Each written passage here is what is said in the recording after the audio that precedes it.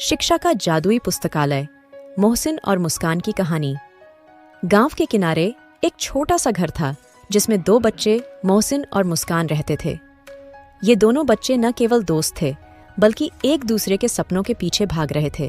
एक दिन गांव में एक चर्चा छाई कि जंगल में एक जादुई पुस्तकालय है जो शिक्षा के सभी रहस्यों को खोल सकता है। मोहसिन और मुस्कान ने इस अद्वितीय स्थान की तलाश में निकल पड़े। जंगल की घनी जड़ी बूटियों में वे एक पुराने पेड़ के सामने पहुंचे जहां एक बड़ी सी पुस्तकालय बनी हुई थी।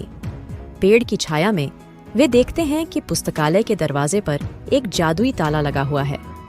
मोहसिन ने कहा, हमें इस जादुई पुस्तकालय की अंदर जाने का तरीका ढूंढना होगा।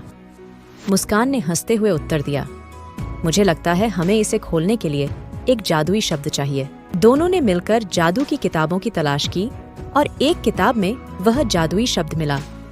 जब वे उस शब्द को बोले तो दरवाजा खुला और उन्हें जादुई पुस्तकालय की दुनिया का प्रवेश हो गया। अंदर वे हैरान रह गए। यहाँ सफेद रोशनी, रंग बिरंगी आसमान और एक बड़ा सा पुस्तक सभी उनका स्वागत कर रहे थे। उन्होंने एक जादुई चाबी को घुमाया और वहाँ सबसे विशेष किताब निकली जिसमें विद्या के सभी रहस्य छुपे थे। एक छोटा सा जिन उनके सामने आया और पूछा, तुम्हें किस विषय में ज्ञान हासिल करना है? मोहसिन ने उत्साह से कहा, मुझे गणित में माहिर बनना है। मुस्कान ने जोर से कहा, और मुझे विज्ञान में अग्रणी बनना है।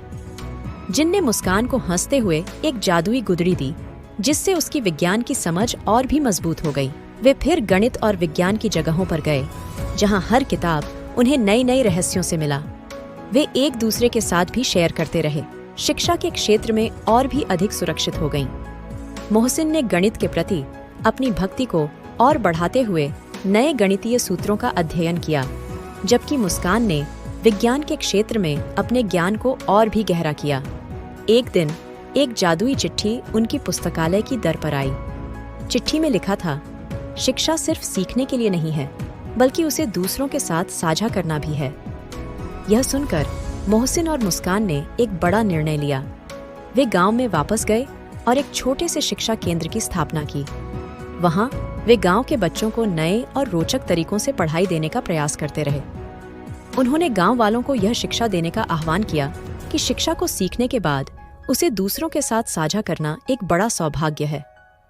एक दिन जब गांव वाले उन्हें साथ मिलकर शिक्षा केंद्र की स्थापना के लिए धन और समर्थन प्रदान कर रहे थे, मोहसिन ने एक मोटिवेशनल लाइन सहित सभी को संबोधित किया, शिक्षा सिर्फ एक व्यक्ति की खुदाई नहीं है बल्कि यह हम सभी का साझा धन है जिसे हमें एक दूसरे के साथ बांटना चाहिए। इससे हमारा समृद्धि और ज्ञान दोनों ही बढ़ेगा। गांव वाले ने इस विचार को गहराई से समझा और उन्होंने शिक्षा केंद्र के लिए समर्थन दिया। इस प्रकार मोहसिन और मुस्कान ने न केवल अपना ज्ञान बढ़ाया बल्कि उन्होंने अपने गांव के बच्चों को भी एक नई राह दिखाई जो शिक्षा के प्रति उनकी भावनाओं को समर्थन करती थी।